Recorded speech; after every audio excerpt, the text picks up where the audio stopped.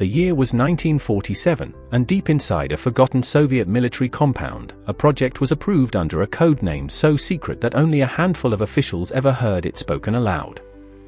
It was called Experiment 47/A, Extended Wakefulness Trials. The purpose was simple but horrifying: to test the limits of the human mind when deprived of sleep for 30 consecutive days. According to declassified fragments, the Soviet High Command believed sleeplessness could create a new kind of soldier. Alert, tireless, obedient. But the scientists warned them, the human mind doesn't simply break, it unravels. And this experiment was about to prove that in ways no one could imagine. 5 political prisoners were selected, each promised freedom if they cooperated. None realized they had signed a deal with something far worse than imprisonment. The men were led into a sealed, windowless chamber equipped with microphones, cameras, cots, and a piping system that pumped in a newly engineered gas stimulant. This stimulant, according to surviving notes, was supposed to prevent sleep without causing hallucinations. However, early lab tests showed animals exposed to the gas for too long became unpredictable, vicious, and strangely aware. The first 24 hours were uneventful, just pacing, talking, reading old books provided to keep them occupied. But microphones recorded something unusual: none of the subjects yawned, blinked slowly, or showed any natural signs of tiredness. The gas had kicked in. When guards reviewed the footage, one whispered, "They look awake, but not alive." Scientists noticed dilated pupils, restless fingers tapping, and an increasing irritability that felt like a storm brewing inside their minds. By the 48-hour mark, conversations grew darker. The subjects began discussing nightmares they weren't even experiencing, nightmares they claimed they would have if they were capable of sleeping. One man said he could see shadows gather in the corners even though the room was brightly lit. Another described hearing whispers behind his eyes. The scientists dismissed it as boredom. A mistake. On day 3, paranoia spread like an infection. The subjects accused each other of hiding secrets. They questioned whether the experiment was real or a trick to execute them slowly. One man screamed that he saw a figure standing behind another subject, something tall and thin.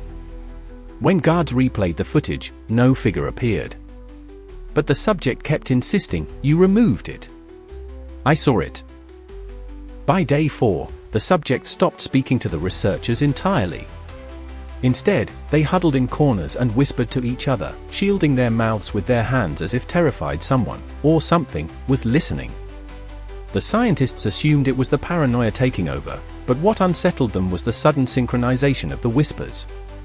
As if the 5 men were having the same conversation without looking at one another. At one point, all of them abruptly turned toward the observation window and smiled. It lasted only 2 seconds, but it was the first moment a guard muttered, "Something's wrong. They're not acting human anymore." On day 5, something even more unsettling occurred. The subjects began journaling obsessively. They were given paper and pencils, but instead of writing sentences, they filled pages with long, looping strings of words that made no grammatical sense. When analyzed later, the phrases, though chaotic, repeated a pattern resembling pleading. "Let us stay awake. Do not close the eyes."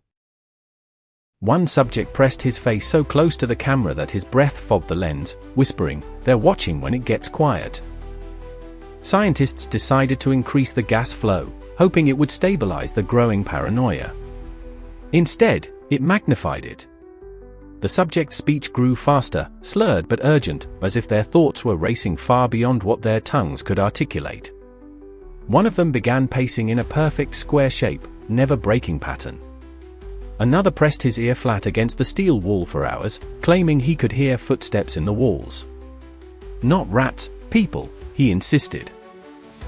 On day 6, the first violent incident occurred. 2 subjects erupted into a sudden, explosive argument, though neither remembered what initiated it. Their screams were primal, echoing off the concrete. When the others tried to intervene, one man grabbed the bed frame and bent it as if it was made of soft metal. Guards watching the monitor recoiled. Human strength simply doesn't behave like that. Something in the gas, or the deprivation, was rewriting them. After the fight, a chilling silence overtook the chamber. The subjects returned to corners like obedient statues. No talking. No pacing. Just staring, at the walls, at the ceiling, at nothing. One subject didn't blink for over 9 minutes, which was recorded and confirmed by the researchers. Later that evening, the silence broke when one subject laughed softly. It wasn't a laugh of humor, but recognition. As if he understood something no human mind was meant to grasp.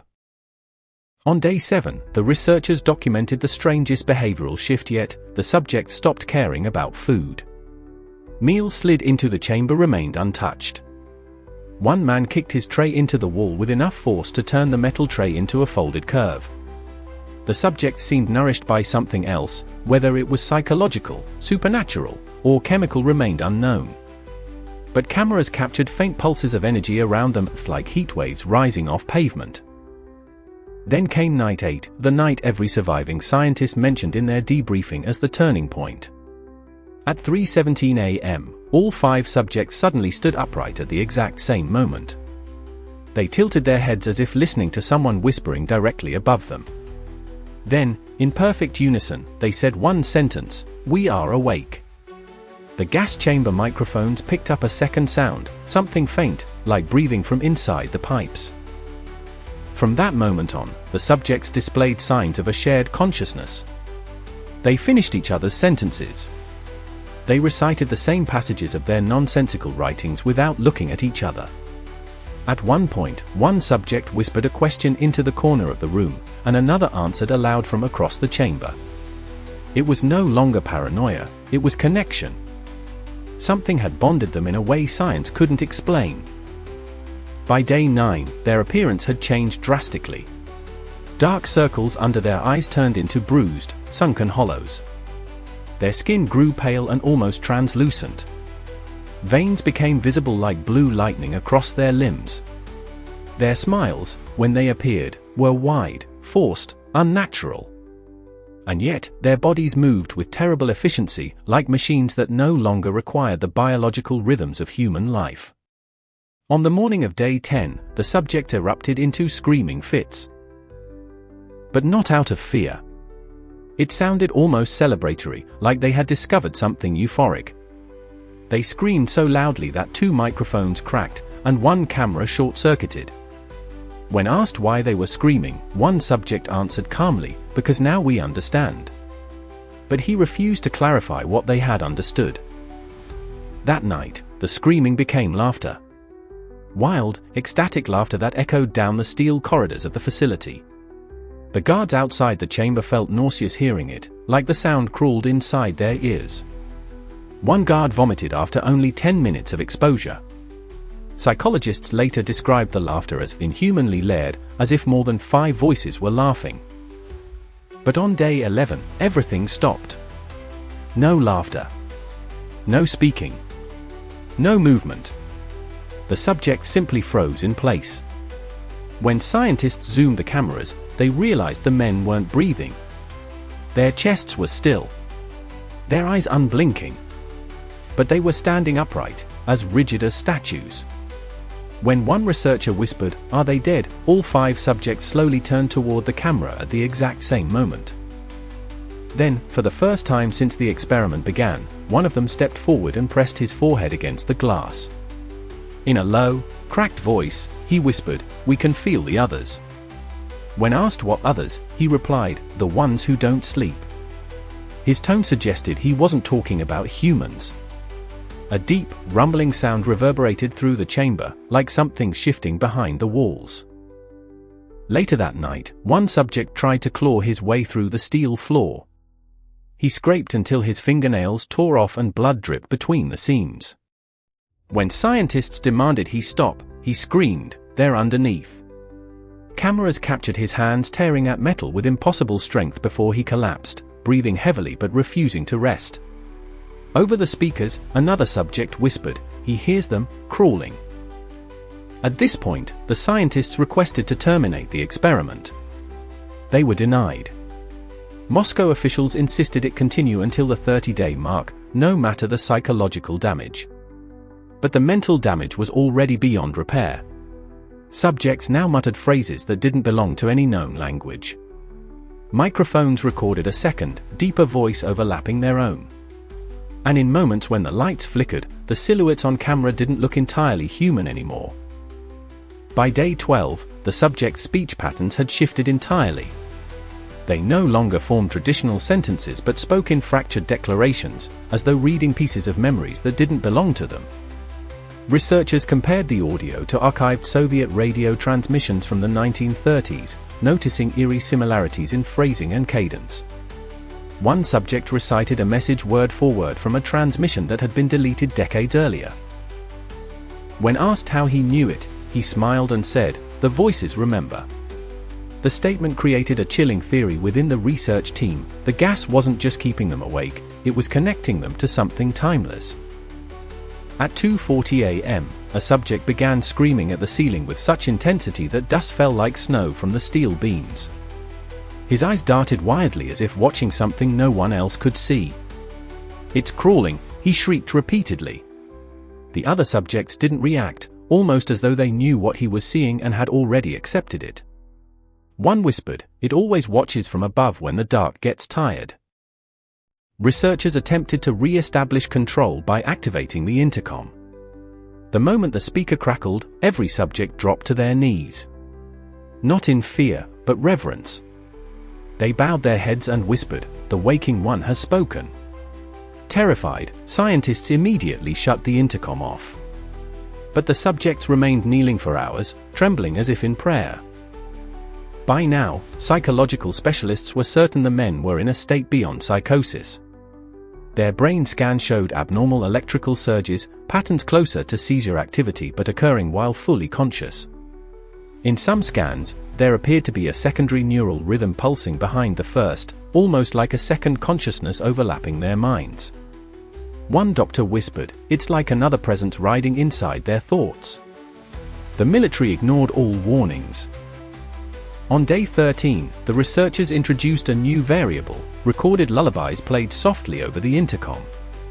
It was meant to pressure test their resistance to sleep triggers. Instead, the subjects reacted violently. One threw himself at the wall repeatedly, screaming, "Turn it off!" Another covered his ears and shrieked as blood leaked from his nostrils. When the music finally stopped, they all collapsed to the floor, laughing. Later that night, the chamber cameras glitched, showing a black silhouette behind one of the subjects. It was tall, thin, and motionless. When the feed cleared, the figure was gone, but the subject it stood behind now wore a serene smile. He whispered, "It likes you watching." When researchers rewound the footage, they found no data, just static. That morning, they noticed the subject's shadows behaving strangely. The shadows lagged behind their movements by nearly a full second, like a badly synced video. Sometimes the shadows moved when the subjects didn't. One guard fainted after seeing a shadow turn its head independently. The military demanded the footage be erased immediately. At this point, military overseers ordered the researchers to increase the gas concentration even further. They believed the subjects were close to unlocking a state of consciousness previously theorized by Soviet psychic warfare programs. Against their will, the scientists complied. Within minutes, the subjects began convulsing uncontrollably. Not painful convulsions, more like their bodies were adjusting to a new operating system. The convulsion stopped abruptly when all 5 subjects stood at once. Not gradually, instantly, like a film jump cut. They tilted their heads toward the observation window and stared directly at the research team. Their eyes were bloodshot, wet, and unblinking. One subject raised his finger and traced a slow line across his throat, smiling gently as he did it.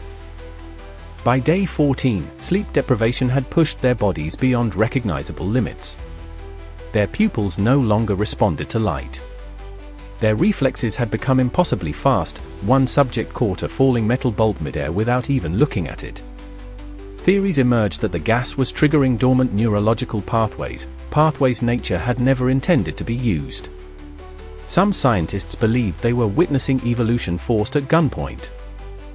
That night, something new emerged: collective hallucination. All 5 subjects stared at a blank wall for over an hour, whispering, "It's almost here." When researchers asked what they were seeing, they replied, "You'll meet it soon." A cold breeze swept through the chamber despite sealed ventilation, frost forming briefly along the floor. The temperature drop wasn't recorded by sensors, only by the cameras. At 3:03 a.m., all lights in the facility shut off. Emergency generators failed simultaneously, a statistically impossible event. The only illumination came from the faint glow of the gas emitters. In the dark, the subjects began chanting. Their voices overlapped perfectly, creating a droning hum that rattled every metal surface. The sound resonated so deeply one scientist suffered a nosebleed. When power returned 27 seconds later, the chamber was different.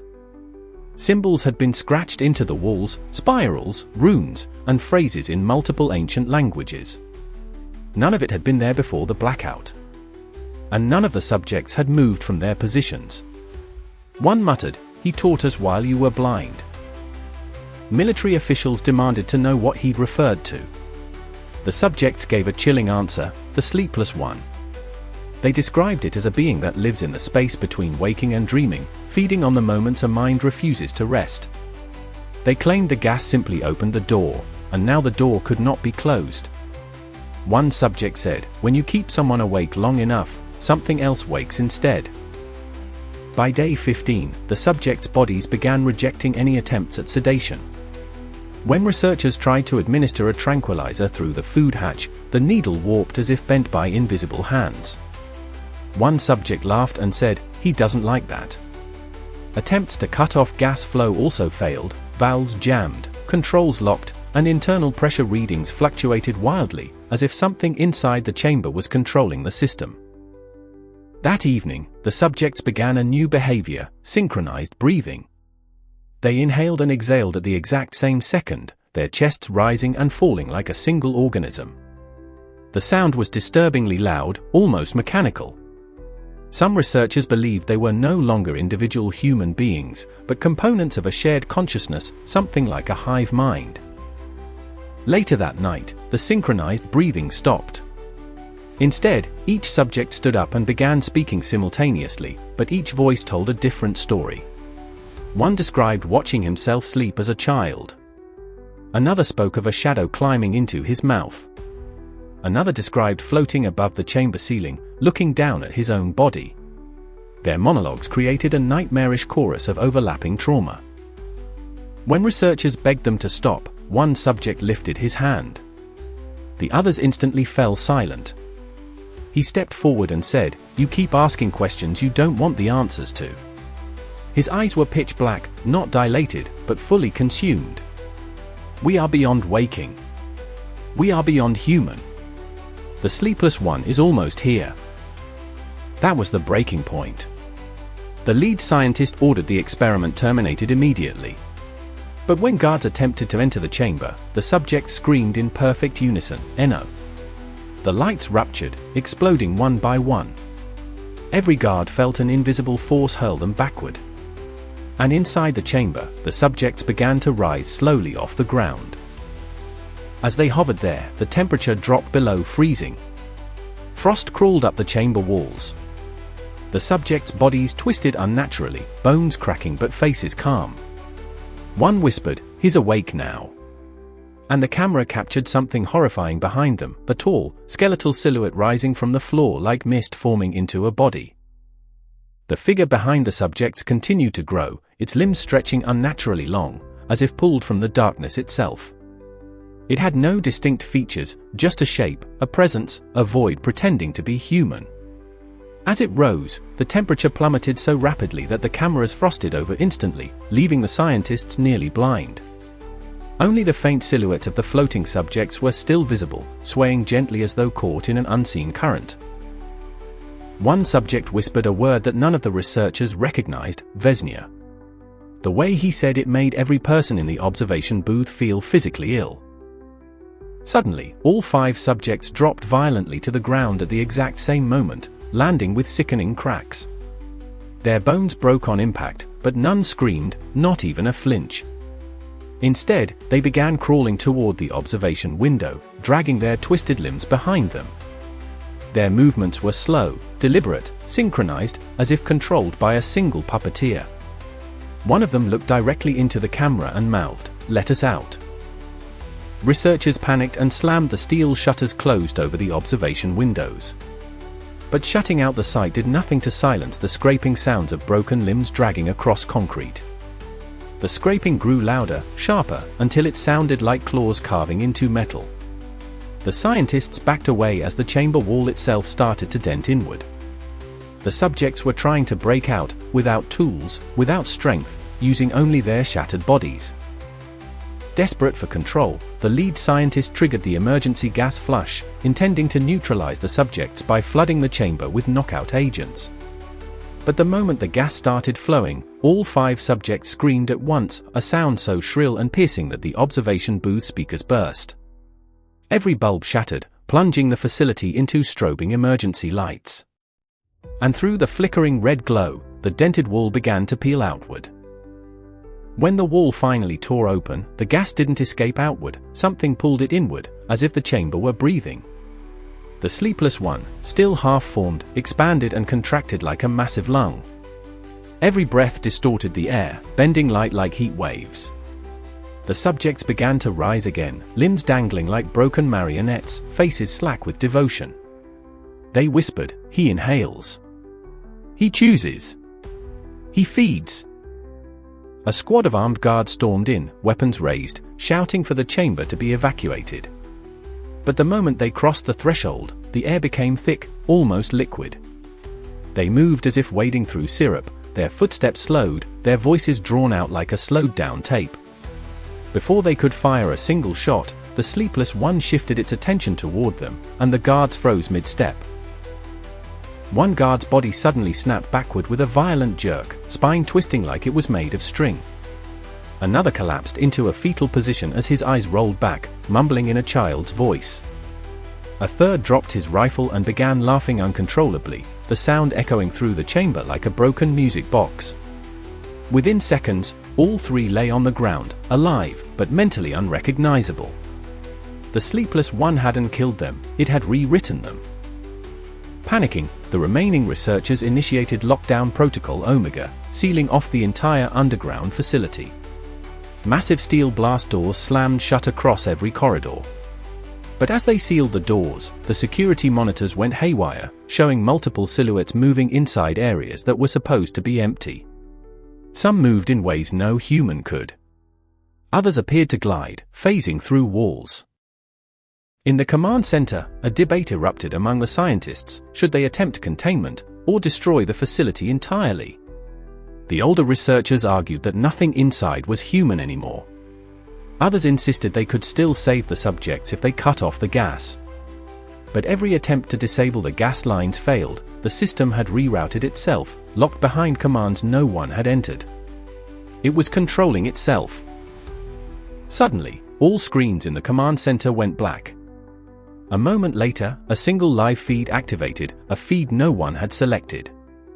It was focused on the center of the chamber, where the sleepless one now stood fully materialized. It had formed a humanoid shape, tall and thin, but its skin rippled like wet cloth. Its face was a smooth surface, no eyes, no mouth. Yet somehow, they felt it staring at them. The creature slowly raised its head, even though it had no visible eyes. The subjects knelt around it like disciples, bodies trembling with devotion. The creature lifted one arm and extended its elongated fingers toward the camera. Every electronic device in the room flickered violently. One by one, monitors exploded in bursts of sparks, except the one showing the sleepless one. A young technician screamed that the creature was signaling through electromagnetic pulses. Before anyone could respond, a blaring alarm filled the room.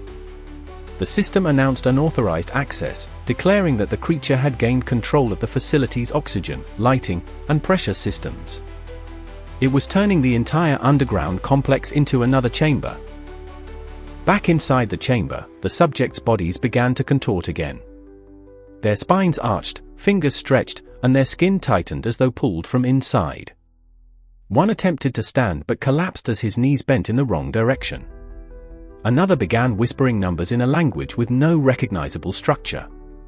Their transformations were accelerating, becoming grotesquely efficient. The sleepless one extended its hand, and the gas inside the chamber began spinning upward like a cyclone.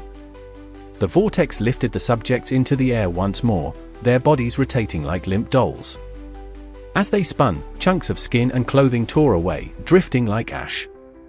The creature seemed to be absorbing the gas, and their bodies, into itself, growing slightly more defined with each breath. A scientist in the command center had seen enough. He rushed to the manual override station and attempted to cut all power to the chamber, even at the cost of the air filtration and pressure systems.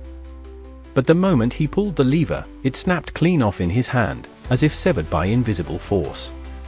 The control panel sparked violently, knocking him backwards. The sleepless one had anticipated the move. As fear rippled through the room, a piercing, melodic hum filled the air.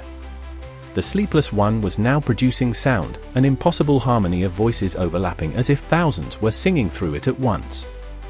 The sound seeped through the walls, vibrating deep into the bones of everyone present. One scientist dropped to his knees, clutching his ears, screaming that the creature was calling to something else. Moments later, the humming ceased, and silence took over, heavier than any noise could have been.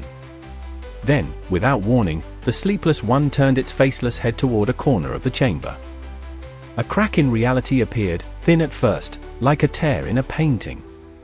But it widened, revealing a churning void behind it, filled with swirling shapes that resembled human figures, but weren't human at all. The rift pulsed once, and a shockwave blasted through the facility. Metal buckled, concrete split, and every light shattered simultaneously.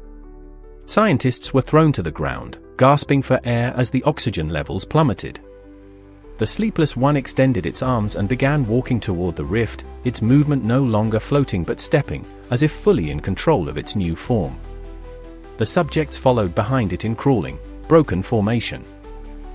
Realizing they had only minutes before the entire complex collapsed, the acting commander ordered the last resort, total incineration of the facility. Massive fuel reserves beneath the floors could vaporize everything inside, including the entity, if triggered in time.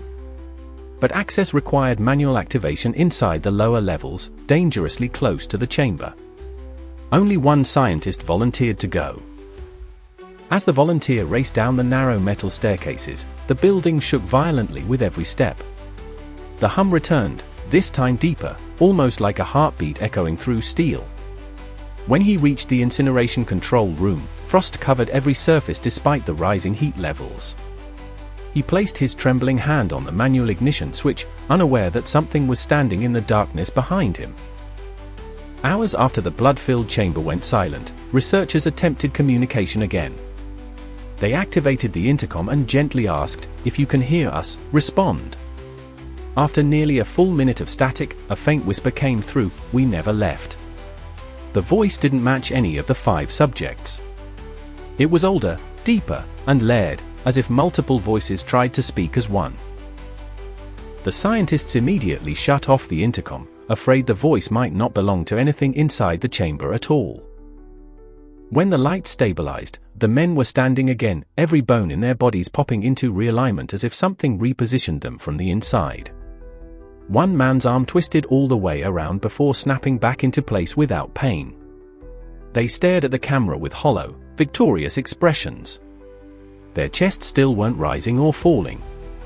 Whatever was animating them wasn't air, lungs, or anything human. Suddenly, all 5 subjects began walking toward the door in perfect unison. The movement wasn't rushed, it was patient, deliberate, like they had all the time in the world. When they reached the steel barrier, one placed his hand on it and whispered, "Open." His voice cracked into multiple tones. The steel glowed faintly under his touch, as if being heated from inside. The guards panicked, knowing the metal was far too thick to melt, yet it began to warp. Emergency teams locked down the facility, reinforcing the chamber. But something else happened, every light in the building dimmed simultaneously. Power readings dropped, but not because of mechanical failure, it was like something was draining the energy itself. In the darkness, the gas inside the chamber pulsed like a living organism, growing brighter and then dimming in slow, heartbeat-like rhythms. The men inside smiled wider with each pulse. Unable to regain control, the director authorized limited sedation gas to be pumped into the chamber. They hoped unconsciousness would stop whatever was taking over their bodies. But as soon as the new gas entered the chamber, the men inhaled deeply, smiling. "We told you," one whispered. "Sleep is death." Then, with horrifying clarity, they exhaled the sedation gas back out, purified. They were rejecting unconsciousness itself. Then the subjects stopped moving entirely. One by one, they knelt, placing their palms flat on the floor. Their heads bowed. It looked like prayer, but the air grew colder, so cold the glass began to frost. They began chanting. The language was unidentifiable, ancient, rhythmic. Sub-zero temperatures spilled into nearby rooms. A guard's breath became visible, and then froze mid-air before falling as crystalline dust. Scientists blasted the chamber with full ventilation, trying to purge the gas completely. For the first time, the gas seemed to resist, folding, swirling, condensing into thicker, darker pockets. The subjects lifted their heads, eyes glowing faintly. "Stop," they commanded. Their voices echoed unnaturally, vibrating panels on the walls. The gas suddenly rushed toward the center of the room, forming a spiraling vortex. Then the vortex collapsed, sending a shockwave rippling through the entire facility. Lights shattered. Cameras overloaded. For a full 12 seconds, total darkness consumed the building. When backup lights flickered on, every subject was levitating slightly above the ground. Their bodies hung limp, but their eyes were wide open, rolled completely white. A humming sound emanated from their throats like a tuning fork. The humming intensified until it became a droning vibration that shook the steel floors. One scientist covered her ears, shouting, "It's resonant frequency, they're trying to break the chamber." And she was right. Bolts along the walls began rattling loose. Metal supports quivered like something alive. If the frequency continued rising, the chamber would implode. In desperation, the military authorized a flash sedation, an instant-release compound 50 times stronger than standard sedatives.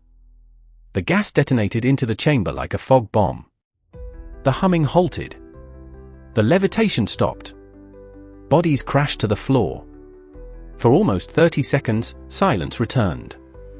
Monitors finally showed breathing, shallow, chaotic, but breathing. The sedation worked. Temporarily. Just as the team prepared to enter, every subject snapped awake at once, eyes bloodshot, teeth bared, veins bulging. Their first action was horrifying. They all pushed themselves upright without bending their knees, rising like rigid slabs. One subject whispered, "You shouldn't have stopped us." His voice was cracked and wet, like vocal cords scraping against stone. The sedation was wearing off too fast. Then chaos erupted. One subject charged the mirrored glass with full force. The impact was so violent it created a spiderweb crack across the supposedly unbreakable barrier. Researchers ducked behind desks as alarms blared. Another subject followed, slamming his shoulder repeatedly into the glass. They weren't acting out of rage, they were trying to escape, with purpose. Gunners were ordered into position. They aimed rifles at the chamber door, terrified of the possibility that the subjects might break free. A psychologist shouted, "Don't shoot unless absolutely necessary." But her voice trembled. Everyone knew that if the subjects escaped, the consequences could extend far beyond the facility. Something about them felt contagious, emotionally, psychologically, maybe even physically. Still, the pounding continued. Crack, another fracture spread across the chamber window. Crack, metal bolts launched from their housings like bullets. Crack, the doorframe itself began bending. The team initiated the final failsafe, total decompression. It was a last resort tactic meant to suck all breathable gas from the chamber. The alarm screamed as pressure dropped. The subjects froze. Their bodies began to weaken under the decompression. Skin rippled as blood vessels contracted. One subject's eyes burst, yet he remained standing. Another's jaw dislocated with a snap. And still, none of them made a sound. They simply stared. Stared at the scientists through the fractured window as their bodies endured impossible levels of trauma without reacting. Suddenly, one subject leaned forward, placing his forehead directly against a cracked section of the window. Blood dripped from his ruined eyes. "If you kill us," he whispered, "you kill what you fear." It wasn't a threat. It sounded like a warning. Then his mouth split into a smile too wide, revealing teeth cracked down the middle like broken porcelain. Before the scientists could react, the decompression system overloaded and shut down. The chamber pressure normalized abruptly, slamming the subjects to their knees. They convulsed, clawing at the ground. Now, finally, they screamed, not in madness, but agony. Not the silence, one howled. Not the silence. They were terrified of stillness, of unconsciousness, of sleep. The screaming escalated into a violent seizure. Bodies flailed. Bones cracked. Blood splattered in rhythmic bursts. One man's spine arched so severely it nearly snapped. The gas in the chamber pulsed wildly, expanding and contracting like lungs. The subjects weren't just reacting to decompression, they were fighting something internal, something fighting to escape through them. A medic, trembling and pale, whispered what everyone feared: "They're dying." But the psychologist shook her head slowly. "No," she said. "They're transforming." And she was right. Muscles tore and reformed. Skin hardened in patches. Their voices shifted, lower, vibrating, layered. Whatever the experiment awakened was fighting to take full control, and it was winning. Then, all at once, everything stopped. Total stillness. Their bodies relaxed. The convulsions ended. Gas settled like dust after a storm. For 15 full seconds, it looked like all 5 men were dead. Then, their eyes opened. Clear. Focused. A chilling calm washed over them. One spoke for them all. The subjects stood slowly, calm now, almost serene. Their bodies, though damaged and twisted, moved with impossible fluidity. It was as if gravity no longer affected them. The lead scientist stepped forward, voice trembling. "What are you now?" The tallest subject smiled gently, almost human. "Not new," he whispered. "Just awakened." Behind them, the gas began pooling upward like a sentient mist, responding to their presence like worship. Suddenly, the lights in the chamber flickered and then stabilized into a dim, blood-red hue. Every sensor spiked. Their brainwaves were off the charts, far beyond normal human limits. One subject tilted his head, listening to something no one else could hear. "It's calling," he murmured. "You silenced it. But it wants out." The psychologists exchanged horrified glances. What it referred to was unknown. With terrifying coordination, the 5 subjects turned toward the cracked observation window. Not violently this time. Slowly. Methodically. Their eyes glowed faintly from within, like embers in a dying fire. One placed his hand gently against the glass, no force this time. The glass shivered anyway, reacting as if touched by something electric. "We won't hurt you," the subject said softly.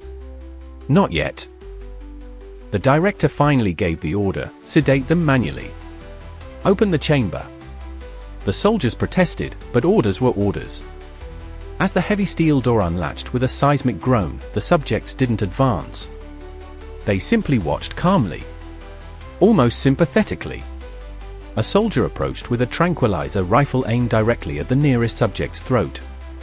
The man smiled slightly and whispered, "Sleep won't save you." The soldier fired. The dart struck. The subject didn't react, didn't even flinch. Instead, he reached up slowly, plucked the tranquilizer from his own neck, and handed it back to the soldier. "This belongs to you," he whispered. Before the terrified man could move, the gas surged upward and wrapped around the dart like a snake, dissolving it into dust. Sedation is death, the subject added. Then, without warning, one subject lunged, faster than humanly possible. Not to attack, but to seize the soldier's helmet. He lifted him effortlessly with one hand while whispering something in a language the microphones couldn't identify. The soldier dropped instantly, alive, but catatonic. Eyes open. Conscious, trapped. The chamber monitors showed his brainwaves in free fall. Chaos erupted outside the chamber. Soldiers rushed forward, dragging the unconscious guard out. Doctors screamed for lockdown. The subject stepped calmly to the doorway, not crossing the threshold, almost respecting it. Then the tallest subject spoke, "We won't leave. You opened us. Now you must listen." His voice carried a strange resonance that set off every sensor in the room. He continued, "Sleep is the cage. Consciousness is the lock. You gave us the key." His head tilted in sympathy, almost pity. "You tear yourselves apart searching for rest. You die in your dreams and call it peace. But we have tasted the truth." The chamber temperature began rising rapidly, steam fogging the cracked glass. Something immense was happening inside their bodies, energy building like a storm. Without warning, the chamber lights surged into blinding white. The subjects collapsed simultaneously, screaming, not in pain, but in rage. Electricity crackled through their limbs. Their spines arched. Their fingers clawed at the floor. The gas condensed above them into a spinning sphere, electric arcs flickering across its surface. "They are losing control," a scientist shouted. "The gas, it's independent now." Panels blew out across the facility. Sparks rained from overhead wiring. The rotating gas sphere expanded, then ruptured in a violent burst, blasting the subjects backwards. The screams stopped. For a long moment, there was only silence. Then, faint breathing. The subjects lay motionless, shoulders rising and falling for the first time since the experiment began. They were asleep. The scientists stared in disbelief. Sleep, real sleep, had taken them. A fragile, human moment. Doctors urged caution but insisted they enter immediately. A recovery team suited up and carefully approached the slumbering subjects. Their faces looked peaceful for the first time. Almost childlike. It was the quietest the facility had been in days, and the most terrifying. One doctor knelt beside the nearest sleeper and gently placed fingers on his neck. Pulse steady. Breathing normal. She whispered, "Maybe they're finally free." But as she leaned closer, the subject's lips twitched. Slowly, deliberately. Forming a smile. His eyes shot open, black and endless. "We never sleep," he whispered. His hand snapped upward and grabbed her throat with brutal force. The chamber erupted into chaos. Subjects rose instantly from the floor, no signs of grogginess.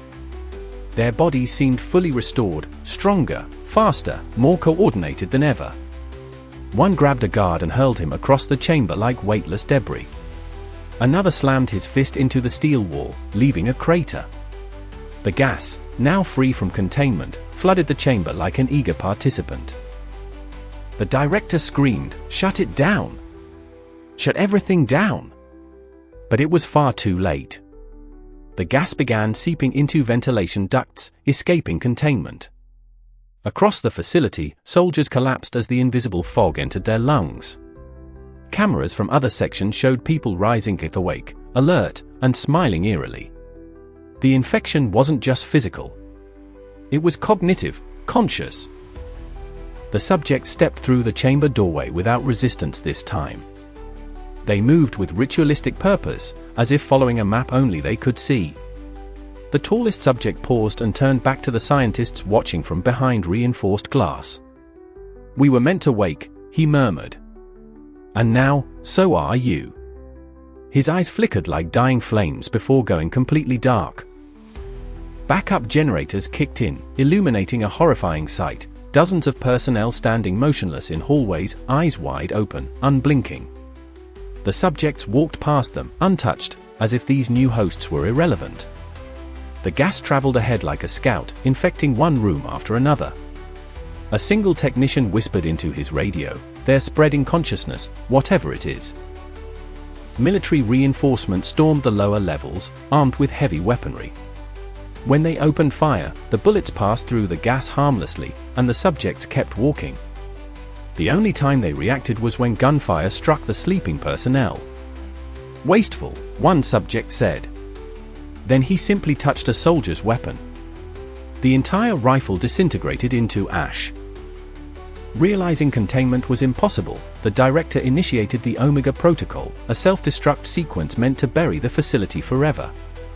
Sirens wailed as steel blast doors sealed corridors. Underground charges armed themselves. The floor vibrated. The countdown began. Through the intercom, the director whispered, "God forgive us." But the subject simply smiled. As the countdown hit 10 seconds, the tallest subject looked directly into the nearest security camera. His voice carried through every speaker in the facility. "You can bury the walls, but you cannot bury what you awakened." Then the gas rose behind him, expanding into a massive swirling vortex. The building shook violently as if reacting to the entity within them. The screen turned white as the explosives detonated, an earth-shattering blast that collapsed the entire underground complex. For several minutes, nothing moved but drifting smoke. Then, far from the ruins, a faint whisper carried through the air. "We never slept." A figure stepped from the smoke, one of the subjects, completely unharmed. The gas curled around him like a crown. The nightmare had survived. They buried the facility. But they never buried the truth. Because some experiments don't end. They wait. And the next nightmare wasn't a legend. It was a real encounter. A smiling figure. Seen across continents. Approaching homes. Watching from the dark. Next on Eerie Evidence. The smiling man, the true encounter that terrified millions.